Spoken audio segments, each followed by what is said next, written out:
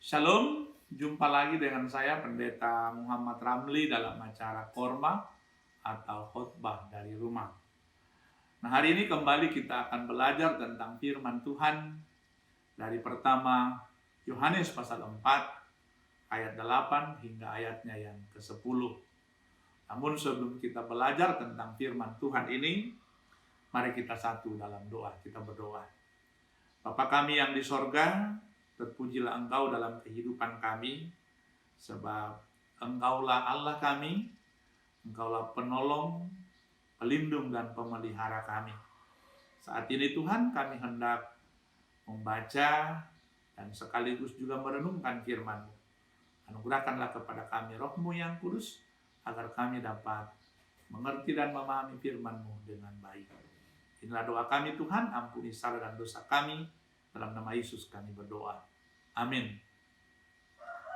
Firman Tuhan dari pertama Yohanes pasal 4 ayat 8 hingga ayatnya yang ke-10 berkata demikian.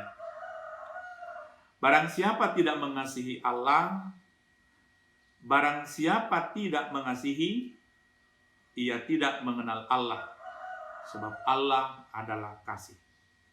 Dalam hal inilah kasih Allah dinyatakan di tengah-tengah kita, yaitu bahwa Allah telah mengutus anaknya yang tunggal ke dalam dunia, supaya kita hidup olehnya.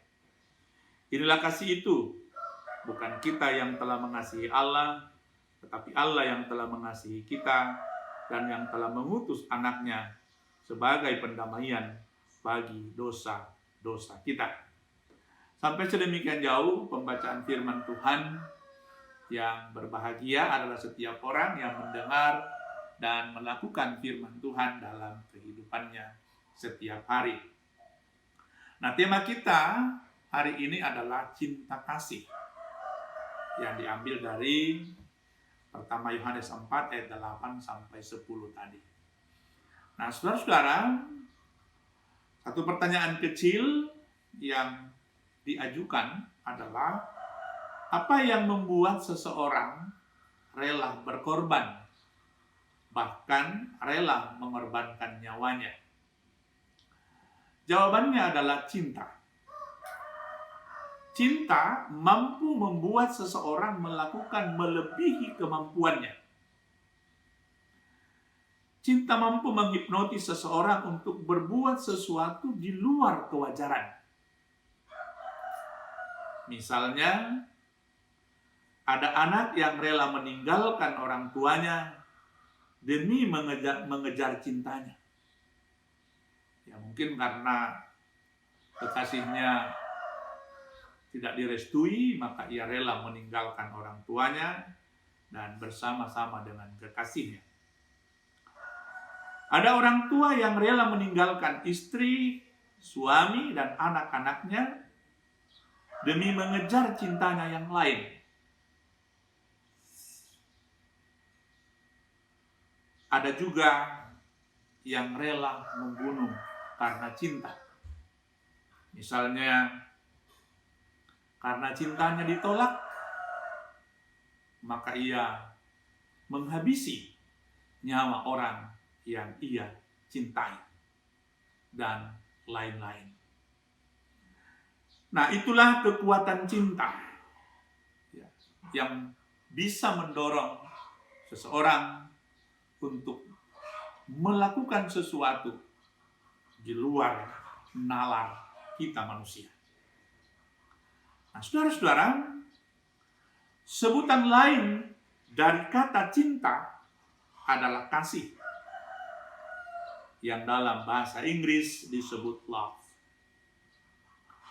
Cinta itulah yang membuat setiap orang begitu bersemangat menjalani kehidupan seperti orang tua yang karena cintanya kepada anak-anaknya, karena cintanya kepada keluarganya, maka ia rela bekerja siang dan malam untuk memenuhi kebutuhan orang-orang yang ia kasihi di dalam rumah tangganya.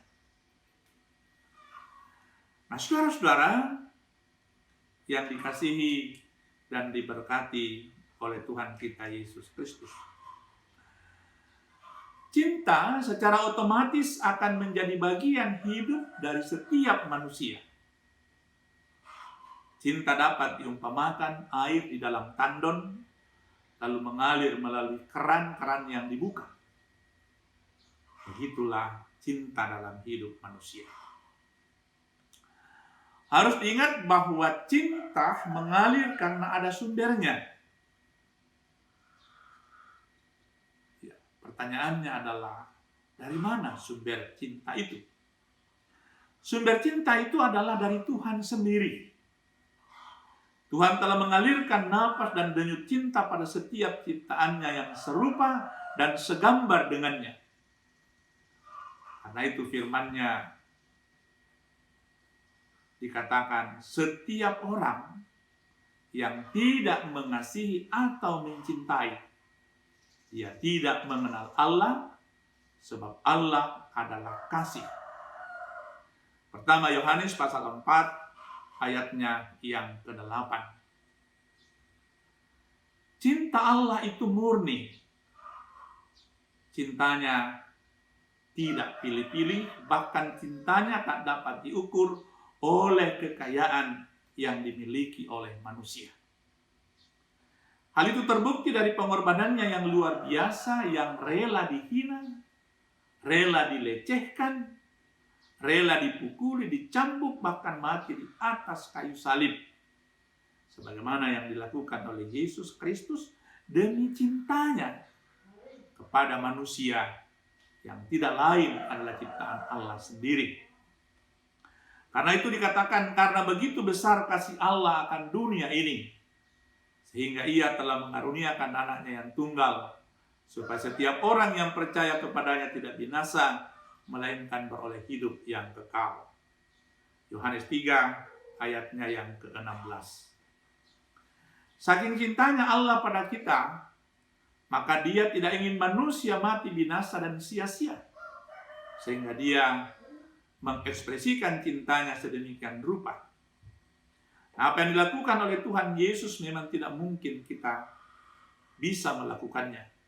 Namun paling tidak, ada teladan yang mesti kita ikuti. Dan ada nilai-nilai cinta yang dapat kita lihat melalui pengorbanan yang telah dilakukan oleh Yesus Kristus. Dari pengorbanan kita Yesus Kristus, kita melihat yang pertama bahwa cinta Allah itu murni dan tulus. Melalui pengorbanan Yesus Kristus, kita melihat bagaimana ketulusan Allah dalam menyelamatkan umat manusia.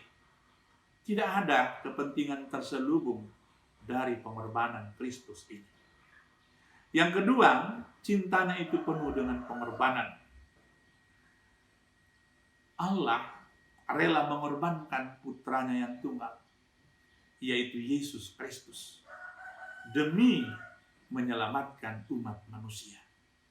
Itulah pengorbanan yang tertinggi, di mana Ia menyerahkan yang terbaik untuk kita.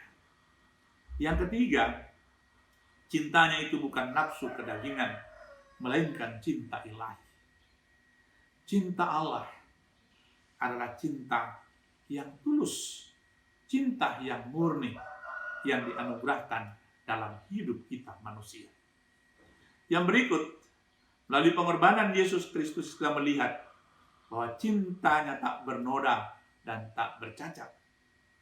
Cintanya itu tidak bernoda dan tak bercacat karena Ia tidak diikuti oleh kepentingan-kepentingan yang terselubung, kepentingan-kepentingan yang berada di belakang itu semua, tetapi semuanya untuk keselamatan umat manusia. Yang berikut, cinta Allah itu membuat orang berubah lebih baik. Ketika manusia hidup di dalam keberdosaan, Allah datang dengan cinta kasih. Allah tidak datang dengan penghukuman. Dan karena cinta kasih itulah Ia mampu merubah kita menjadi orang yang lebih baik di dalam Kristus. Dari pengorbanan Yesus Kristus juga kita melihat bahwa cintanya membawa orang menerima anugerah keselamatan. Nah, saudara-saudara, beberapa poin di atas hendaknya juga ada dalam kehidupan kita. Terlebih saat kita menerjemahkan dan menerapkan cinta itu kepada orang-orang di sekitar kita, seperti suami, istri, anak-anak, dan seluruh keluarga besar kita di rumah. Dunia tidak akan menjadi indah jika tidak ada cinta kasih. Karena cinta kasih yang sejati selalu membawa kehidupan dan pengaruh besar dalam setiap segi kehidupan umat manusia. Siapapun kita, semua membutuhkan cinta kasih. Nah, saudara-saudara yang dikasihi oleh Tuhan kita Yesus Kristus, setelah kita belajar mengerti dan memahami cinta kasih, saya berharap kita tidak salah lagi dalam menerapkan cinta kasih yang ada dalam hati kita, yang telah dianugerahkan oleh Allah, dan hati kita menjadi tandon cinta yang akan dialirkan dalam kehidupan kita, yang dimulai dari dalam keluarga kita. Ungkapan dan terapkan cinta kasih itu dengan benar. Bukan cinta yang pilih-pilih, bukan cinta yang berdasarkan hawa nafsu kedagingan, dan bukan cinta yang lupa diri. Jawab Yesus kepadanya, kasihilah Tuhan Allahmu dengan segenap hatimu, dan dengan segenap jiwamu, dan dengan segenap akal budimu. Dan hukum yang kedua yang sama dengan itu ialah, kasihilah sesamamu manusia seperti dirimu sendiri.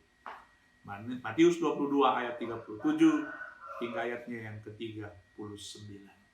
Terpujilah nama Tuhan. Amin. Sampai di sini kita belajar tentang firman Tuhan, dan saya harap demi kelangsungan pelayanan kita melalui channel YouTube ini, saudara-saudara dapat memberi subscribe atau like demi kemuliaan nama Tuhan. Shalom, sampai kita jumpa di Korma berikutnya.